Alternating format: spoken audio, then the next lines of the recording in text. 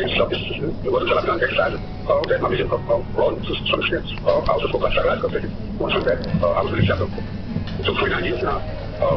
Unlike other people who become sort of claustrophobic after being held in close cell restriction, the direct opposite happened to me. I think you call it agoraphobia or something like that, vital space.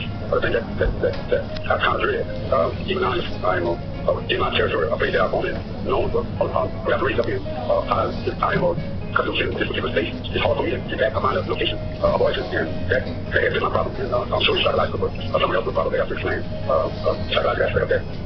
I'd like to talk to you more about what the experience was like. But right now, because especially doctors will have to take off human time, can you tell us a little bit about what the neuroscience of stress and isolation tells us about the brain, and how does that relate to what suffering experience or whatever?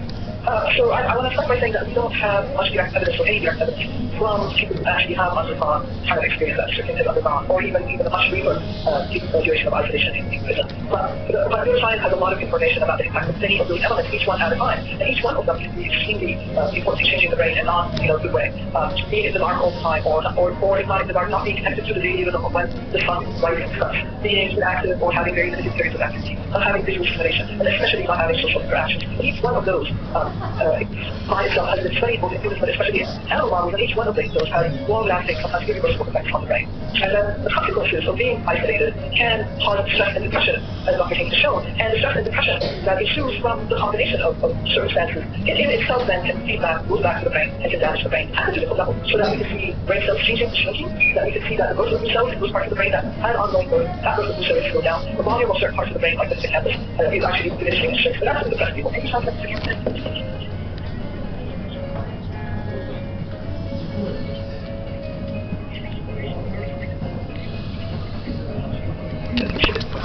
that's kind of the first realization for them. And then we discovered that it was also very important in response to stress. And then that it's important in anxiety, spontaneous anxiety. And more people highlight this figure that we have sort of the consideration of the fact that the structure is that kind of deciding who can get in and who can get out, and it's not important what is priority over what. So this is a really crucial area that interfaces thought, feelings, emotions, memory, and spatial recognition, which is really important. And it's directly relevant to what we heard about spatial notation and how we have suffered from that. And so stress can actually degrade physically the structure of the hippocampus.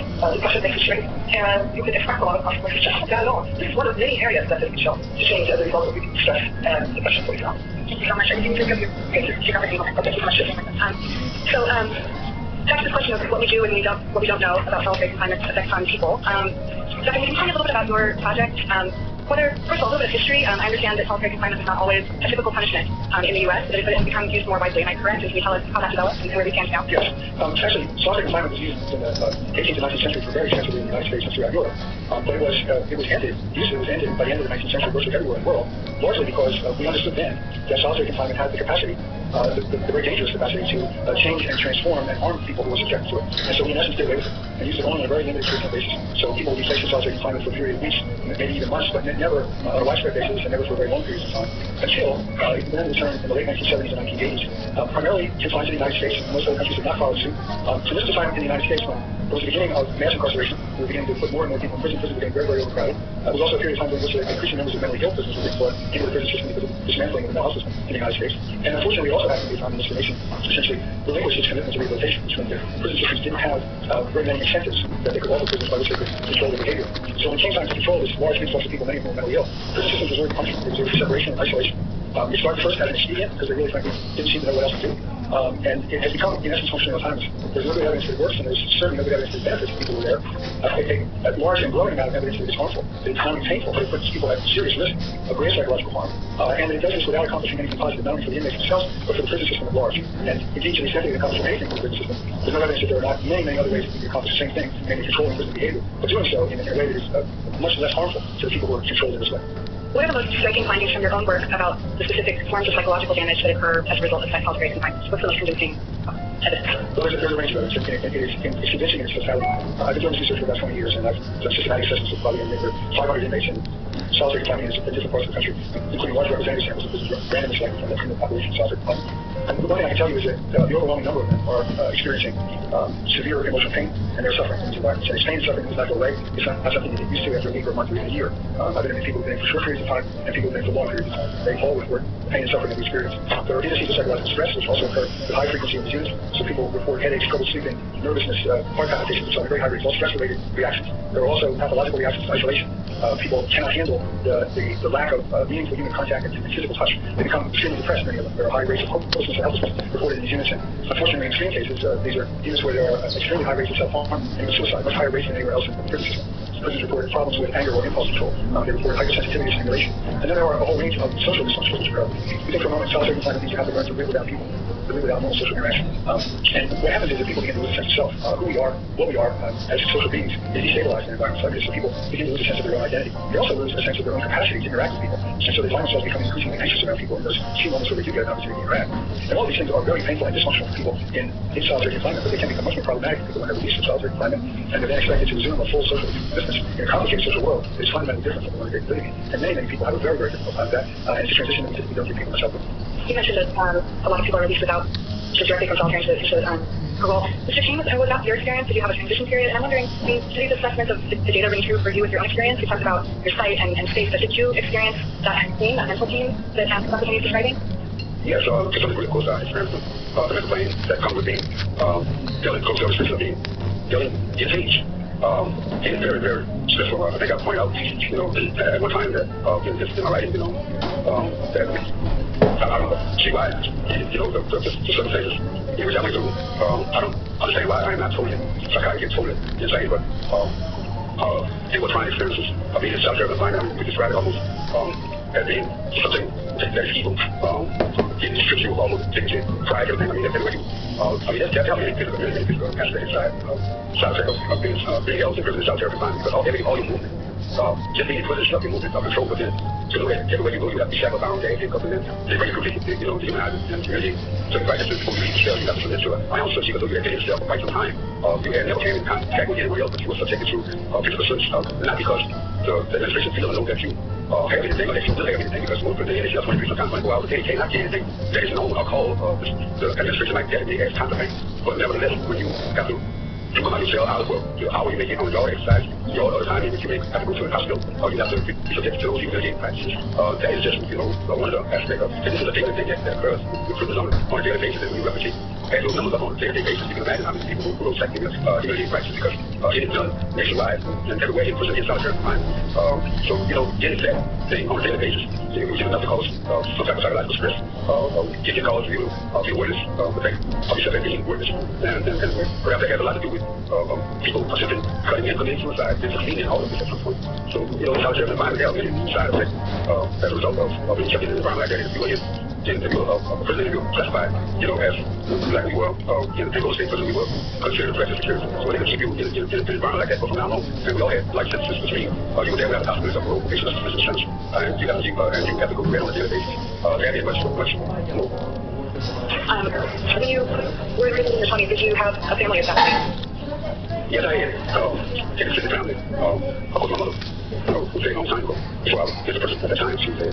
Father also was dead. And so I had cousins and a few relatives, but who were not, close. It wasn't until about 7 years or so after I was in solitary confinement that I had my first visit. It was about 7 years before that occurred. And it was people who, didn't understand, like family members, and this was another 6 months ago, like realized where I was, or at least on the attempt to get my difficult soul in that situation. But I did not have anyone come in on a regular basis. I think I received visits after that first period of 7 years. I received visits maybe every 2 months, and on a 5-month basis with that. And sometimes 3 or 4 months before I received visits. Dr. Hagen and speaking as well, I'm supposed to speak today. The legal status now of solitary confinement is a matter of much debate, whether it's considered cruel and unusual punishment. Can you explain to the general audience what the legal obstacles are to getting rid of this, or what the justifications are for continuing it? Where do things stand right now? Are there any important court cases that are examples of how this is playing out?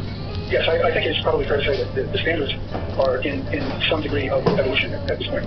This is not an issue which has been, the cruel and unusual punishment aspect of this per se, is not an issue that has been very widely litigated in courts. It has been in some courts, but there's not been many. And I think there is an increased understanding and development in recent years and more receptive audience for this increased information or evidence than we've had. So that there is a hope that there will be a different and more nuanced analysis of what it means to be subjected to cruel and unusual punishment of the sort that could occur in an environment like the ones we've been talking about. Most courts, at least the courts that have been presented with the issue, have recognized the cruel and unusual punishment aspects of putting mentally ill prisoners in these environments. So there are several landmark court cases in which federal judges have said that the conditions of confinement in humans may not be per se cruel and unusual, but they are for people who are mentally ill. And in those jurisdictions, where the mentally ill are prohibited from being placed in solitary confinement, but oddly enough, not in other jurisdictions where courts have not so ruled. And then there's the question of whether or not the confinement itself, and in particular the length of confinement which people are now being subjected to these places. Some of the early cases were cases which looked at relatively limited lengths of time, nothing comparable to the length of time that Robert and the other members of the Angola 3 were subjected to, but not even really comparable to the kinds of lengths of solitary confinement that prisons in many other prison systems are now being subjected to, lengths of many years, even decades of confinement. There's a case pending in California that involves the California Basic Housing, where nearly 100 men are living in isolated confinement who've been there for 20 years or more, and approximately 400 men who are there who've been there for 10 years. Again, living under the kinds of conditions that we've been talking about. And the courts really have not yet looked carefully at that issue, so they will in this case in California. And there also seems to be increasing awareness, not just in the courts and not just in the application of the cruel and unusual punishment clause, but also in legislatures and departments of corrections. So this is a very expensive, very dangerous practice that is engaged in without any obvious positive benefit, and certainly not something, whatever benefit is alleged, a benefit that certainly could be obtained through alternative means that put prisoners much less at risk. Yeah, so because I mean, we took that case, so I ain't going to real. It's actually, what is also being done, that is being done. And what we did about 15 years ago, we filed this particular time. After about maybe 23 years of video, those conditions, collectively we filed a suit on Abraham, and this suit has been pending now, actually for 15 years. A federal court has ruled that not 29 years. Constitutional proven for punishment that is what we're going to have at real high level. The court has not ruled this as a precedent at the point out. And so our case, along with other cases, and other cases, perhaps around the country, that is in the pipeline right now. I know a couple of cases that is in the pipeline that is dealing with solitary confinement as being proven unreasonable punishment. But we will say this that unless and until the United States Supreme Court rule being solitary confinement, to say, as we point out, it does not, according to this decision, it does not constitute, but because we don't mean it's more correct, but it does not constitute, there's no record at all, no precedent set, which say that solitary confinement per se is proven unreasonable, but the length of time in which we were there, a federal court has already ruled that this constitutes proven unreasonable punishment, but that doesn't mean anything, because a national official court will say this. What has to happen is we have to go to the United States Supreme Court, and they got to set a precedent, and unless and until they set a precedent, that solitary confinement and the length of time in which we were there and up there actually constitute proven unreasonable punishment unless and until that precedent is set, it won't become a landmark decision, and it will not apply across the board. And this is why we believe that we have to get the United States Supreme Court to set this precedent, saying that the length of time in which the agreement was answered in our case, and in our case, that the length of time in which we the solitary confinement constituted proven unreasonable punishment. But again, it's not a precedent, it's not a landmark decision until the United States Supreme Court made that decision. Actually, we were supposed to go through a trial in June, but yeah, we step back now. We were supposed to, the United States Supreme Court, the Supreme Court of Appeal was supposed to hear a review and counsel was supposed to hear the case, and from there we had intended us to go to the United States Supreme Court. But we're thinking that this has been put off for the time being, but we'll see if anything can go through this. So in the course of speaking publicly and doing your research, I imagine that you encounter a lot of differences of opinion, and I'm wondering what the most common argument you hear against abolishing solitary confinement or limiting its use is. What comes up the most often, and does it raise any questions that need to be answered? Well, let me speak to this, and I want to hear also what Robert has to say about this. I can tell you that I think the most common objection is that it's a combination of the assertion that people were placed in solitary confinement and kept there for long periods of time because they're dangerous, and the prison system needs to keep them in solitary confinement in order to reduce that danger and to maintain order. I think that is based on a fundamental misconception in part on who's actually in solitary confinement, why they're there, and whether or not there are alternatives that the prison system could implement, which would be at least as effective and much less psychologically dangerous. Many of the people, as I've already suggested, who are in solitary confinement are there because of mental illness. Their disciplinary infractions are in part a product and extension of the mental illness. And so those people need treatment, not isolation. They need treatment probably before they commit their disciplinary infraction, but they certainly once they engage in rather than being punished, they should be treated for the things that are generating their misbehavior. The other large group of people who are in solitary confinement, particularly the people who are in there for long periods of time that Robert and Angola 3 were, are there not because of anything they've done, certainly not anything they've done recently, but because of the prison system believes them to be. And so these are the people who are there because they're regarded as a threat to the institution, or that they're members of the gang and so on. Also, you realize that many of these people have not done anything, not engaged in any disciplinary infraction, certainly no violent disciplinary infraction, and this applies to Robert, for many, many years. Nonetheless, they're kept in solitary confinement again because of who the prison system believes them to be. It's very difficult to prove that you are not the person that the prison system believes you to be, particularly if you're not 23 hours a day yourself, where it's pretty difficult to demonstrate anything. So what happens is people get placed in the environments for these reasons and they languish there. The public believes that they're there because if we ever let them out, they're going to do terrible and awful things, when in fact, their record of behavior in these units is oftentimes extremely defiant. They've engaged in no disciplinary infractions for years and years and years, and yet they are retained there. And even for those people who in fact are dangerous or engaged in violent disciplinary infractions, and some of these people, and thankfully there are a small percentage of the people in the prison system are even people with solitary confinement. There are many other things that can be done that address the nature of their aggressive behavior. Solitary confinement does nothing to address why it is somebody's engaged in violent behavior, why they may be aggressive, why they may be violating prison rules. And there are many alternative programs that can be used with people. There is a temporary separation from the rest of the prison population, but an active and intensive programming with people that does not include all these other deprivations that we know to be psychologically harmful, that both protect the prison system, protect other prisoners in those periods of time in which people are being aggressive beings, but also address the nature of the problem so that in the future people are less likely to engage in this kind of behavior. Solitary confinement does none of that, and in fact in many instances it may make people even worse because of frustration and anger which builds up inside them and resentment that they feel because of the way that they're being treated. So before, I'd love to hear your answer to that as well, but before we go to that, what questions do you have that you think is the answer that your own research is tackling right now?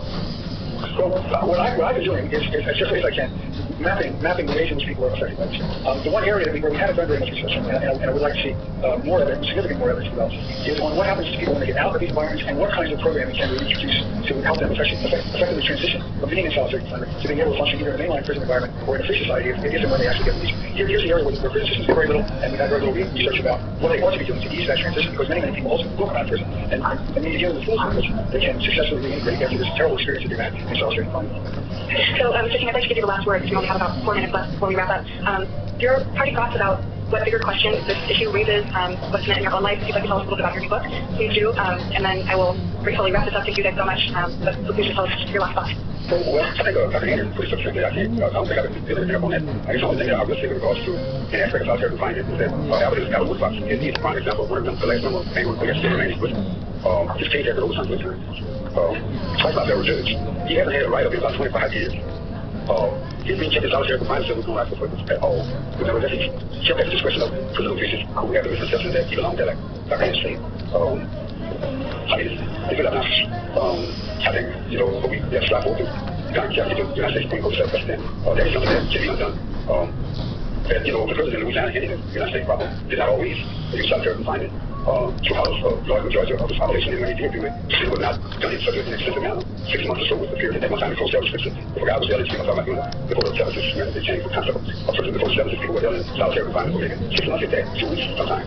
And they will let that out into the general prison population. Also people who were being kept in solitary confinement now, people who have probably life sentence, we got a possibility of parole, even in Louisiana at one time. We had a life sentence, there was a possibility of parole, probation of expected parole after a period of time. There was a law on at the high school, I think it's 7 years. But over years, the prison system has changed to one that is really peaceful and not be able to change. I think we have the focus that we are doing the day that we have. I think we put ourselves to eliminate some of that. We may not, we can kind of change the direction of redirect prison as they are known today. And we've also improved my whole intro focus on this is a collection of thoughts from this is my young life, something called I call it put in prison. I decided to write about the condition in which I was in, and hopefully I kind of made a bigger picture of prison, but not just prison, but about the system itself, the systemic flaws that creates, the backbone to erect prisons to operate in the manner in which they operate. That's what my book is all about. Well, I want to thank both of you and Dr. Shield for joining us today. You soldiered on to a long day of talking about this at the AAAS conference in Chicago, and we all appreciate it very much. So I'm going to sign off. Thank you so much. And our audience will tune in for other science slides at the AAAS conference this weekend, so keep an eye out. Thanks. Thanks.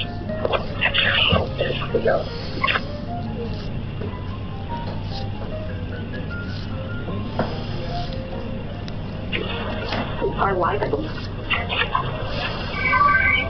Sorry. Okay. That's what we're doing. Okay. Hello, I'm Jenny Anderson, Associate Editor of Science Translational Medicine.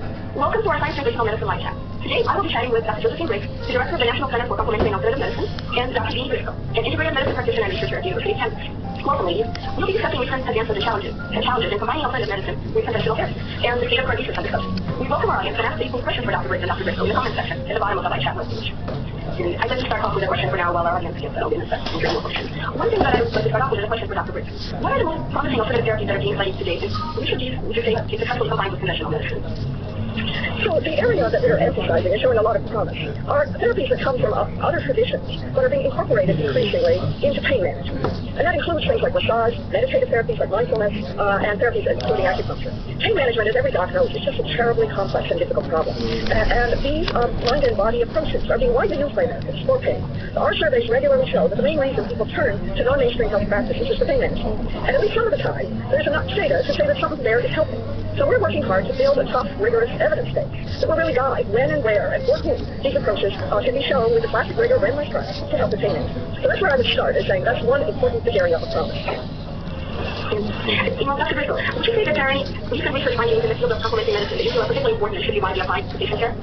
Well, I think the TAC trial, the Trial-Assisted Stimulation Therapy, is very interesting, and I know we'll discuss this more. But it's the perfect combination of collaboration between alternative medicine practitioners and conventional cardiologists, conventional researchers. And now there's some interesting data that's come out of that, and now it's time to look for either mechanisms that underpinning some of the positive effects we saw, or larger trials in humans. For viewers who may not be familiar with the TAC trial, could you please tell us a little bit more about what that was about? Yes, there is an alternative treatment that's been around since the 70s, and it is a combination of injectable materials that have been used for cardiovascular disease. And it's never been rigorously studied until the TAC trial that was funded by the National Center for Complementary Alternative Medicine and National Heart, Lung, and Blood Institute. So this was really a wonderful collaboration. But this injectable material contains a chelator, it contains vitamins and minerals, it contains, including high vitamin C. And there has always been a tradition that there was effect on cardiovascular disease, but we do see that there may be a certain effect in patients with diabetes, so much more work needs to be done. Jean has summarized that well. I'd like to show a slide, actually, from a recent analysis. I'm trying to bring this up now. Is that showing our slide? I see it. So, Jean has summarized this well. There's a long-standing intervention that has been around since the 50s, and where some conventional physicians thought that chelation was helping reduce cardiovascular disease. About 12 years ago, the NIH, the two institutes, NJAM, the institute I had, and Heart, Lung, and Blood, partnered to try and develop a trial design to study this. This was a very controversial study. There were a group of physicians, but physicians who practiced chelation, self-integrative, or some often consider themselves alternative, and then many mainstream physicians didn't look at it at all. The study was very, very carefully implemented with very close oversight by a very strong, experienced coordinating center, and the study results were very carefully monitored and analyzed. And when the trial was finished, somewhat to the surprise of the conventional cardiologists, there was evidence for benefits. That was published in the Journal of the American Medical Association almost a year ago. More recently, Dr. Lamas and the team of investigators associated with that had done a subgroup analysis, and the slide I'm showing is from that subgroup analysis. This is sort of within the parameters of clinical research, an okay subgroup because it was pre-specified. But the trial enrolled people 50 years older who had a myocardial infarction, and a third of them had diabetes. And in this subgroup analysis, what we saw was really striking evidence that the diabetic patients seemed to benefit, and the non-diabetics didn't know that. So this is really telling us, we've got to do more work here, we've got to understand this. And we, colleagues at Heart, Lung, and Blood, and the Diabetes Institute and our institute are now busy thinking hard about what the next steps should be. I absolutely think we are not to recommend this as a general therapy. We don't know why the non-diabetics had no benefit. But this is a striking, intriguing finding, coming out of the non-mainstream approaches that needs more work. So the answers are in there. Yes, this is not an answer, but it is sure a provocative finding. And for people who are used to looking at Kaplan-Meier curves, what you see here are the blue line are the treated patients, the red line are those on the placebo. These are cardiovascular cumulative endpoint that is the sum of cardiac events and deaths. This is a striking effect in the diabetic population, about a 40% reduction in event rate. So an intriguing finding that is just begging for more work. Before I go on to my next question, I just would like to remind the audience that you can post questions in the comment section at the bottom of the live chat webpage, and we will do our best to answer as many questions as we can on stage. I want to reiterate, too, that the TAC trial really shows when the alternative community works with the conventional community, you can come up with some very interesting, intriguing research, and this should continue. On a similar note, would you say that there are any complementary treatments that have recently entered or are about to enter mainstream medicine as a result of research trials? Well, certainly the meditative approaches for pain management, yoga for pain management, Tai Chi for pain management, mindfulness are being used in a lot of healthcare settings. Actually, an area where they're very frequently being called on are VA and DOD facilities in caring for people who are veterans of recent or older wars. So these are approaches that come from outside the mainstream, but are certainly being integrated into the care offered in these facilities and in many places. And I think the work at the University of Vermont around acupuncture, the mechanism of how acupuncture might be working is so intriguing. Right. To look at the other side, would you say that there are any complementary practices that have recently been discovered to be unsafe when combined with conventional therapy? You know, well-known things are, for example, John Ward that can interact with a lot of drugs, but I'm sure that there are other things being studied as well, where clinical trial have turned out unexpected interactions. You know, I think that many of the dietary supplement trials that NJAM has funded over the 11 years of its life have, in fact, not reaped the benefits that many of the investigators expected. So we have run a large phase number of 10 or 11 large phase 3 rigorous trials of dietary supplements which failed to demonstrate benefits. And that includes trials on echinacea, trials on ginkgo, trials on St. John's wort, trials on glucosamine, trials on silmarin. These studies have had big impact on sales and have been an important part of informing the public and giving an evidence base for the decisions Americans make about their health practices. Also, there's concerns out there with the loci of disease and renal damage, and that's recently more information has come to light in that regard. Right. That's actually been known for a long time that erythrolytic acid causes a disease called multinephropathy, which is well known because it was described in the 60s in Central Europe. But more recent work, coming out of the National Cancer Institute and other investigators of cancer, have made it clear that erythrolytic acid is also implicated in cancers of the genitourinary tract, and interestingly, that there are mechanisms involving epigenetic change that partly can be used to predict and understand those effects. Erythrolytic acid has not been legally sold in the United States in quite a long time, and I think that's, but it clearly is still in the market in Asian settings. Another big area of continued concern for us, and an area that we work very actively with the FDA, is in uncovering safety issues around dietary supplements. The FDA regularly issues alerts about adulteration of dietary supplements or contamination of dietary supplements with active drugs. So three categories of dietary supplements that we worry about and that the FDA worries about are dietary supplements being sold for sexual health, which may mean that they have drugs of the Viagra class contaminating them, and also agents being sold for muscle building and drugs and dietary supplements being sold for weight loss. And in these three categories of agents, there are a lot of things to be very concerned about. We try to work very closely with the FDA in increasing, when the FDA issues a warning, we make sure that we tweet about it, and we make sure that the information resources that we run help spread these concerns. But it is certainly something that the American public needs to know more about. The general message about the dietary supplements is actually a lot of health areas. If it sounds too good to be true, probably isn't true. And so we try to have information resources available to the public that will help build literacy and provide reliable and good information. On that subject, there's a question from one of our participants, Lola, who's asking, when I'm in the grocery store and looking to buy an herbal supplement, I'm not sure which supplement contains active ingredient we still. So is there some type of seal of approval that I should be looking for? I can answer that. Lola, first of all, you probably should not be buying your supplements in the grocery store, but from a reputable wholesaler, such as Whole Foods, who routinely checks what type of product is in there and if there's contamination. And there's many other companies that buy Whole Foods. A better quality product will sometimes have a seal of approval. And what's nice, and Dr. Rick is correct, that there are some problems, and the FDA is on top of that. But what is happening now is that industry is also partnering with the FDA, trying to get the unscrupulous manufacturers out of the market. So consumers can be more assured. But there still is a problem. There's no doubt. One resource that is only used by some of the supplement manufacturers is a certification by the United States Pharmaceutical. And USP certification is a comfortable seal of assurance that what is on the label is actually in the product. No, the U.S. will be only certified that the ingredients in there are what they say they are, not that they will be active. Correct. Correct. And another nice resource is the Office of Dietary Supplements. And they've recently put up a list of supplements by name and by ingredient. So consumers do have a resource through the Office of Dietary Supplements at NIH. And again, the resources available and the data for what we call efficacy testing is still very thin. And that's why we consider our research mission very important to build an evidence base around the efficacy issues. And there are other resources available as well. The Cochrane Collaborative maintains a very strong set of evidence-based reviews of many complementary health practices, and that's another good resource to obtain rigorous information. Dietary supplements in the United States are sold under legislation that allows products to be sold if they have a history of use that allows them to be classified as GRAS, and GRAS stands for generally regarded as safe. The efficacy data in general is historic, somewhat anecdotal, and very incomplete. Another resource to mention our own is a book called Herbs at a Glance. It's available on very usable formats. I think you might even be able to get it on your iPhone. And it at least provides access to information on how historically herbs have been used and some information easy to read. It's not for a scientific audience, it's for a public audience on the history of use of these substances. Well, that's good to know. Some of the comments received today, such as those from the Black Cat 13, include concerns about bias. So they're suggesting that we are going to advocate for integrative medicine, whereas, of course, the goal of this discussion was to evaluate the state of research in the field without any particular adverse. And conversely, as another commenter, Kathy, pointed out, there are people who are practicing alternative medicine and do not feel that it should be subjected to a rigorous clinical trial. So how often would you say they found it should be positioned? And to what extent does that interfere with the ability of NSAM or other institutions to run clinical trials and actually test issues of the supplements for we're working? We're part of the National Institute of Health to use the same kind of rigorous methodology that is the norm at NIH. It's very hard to get grants from us because our resources are not adequate for the very large number of grant applications. Our success rate right now is running at about 80%. And so there are many good questions that we just don't have the resources to study. And it is correct that in contrast to the pharmaceutical agents, where marketing of product is dependent upon the manufacturer,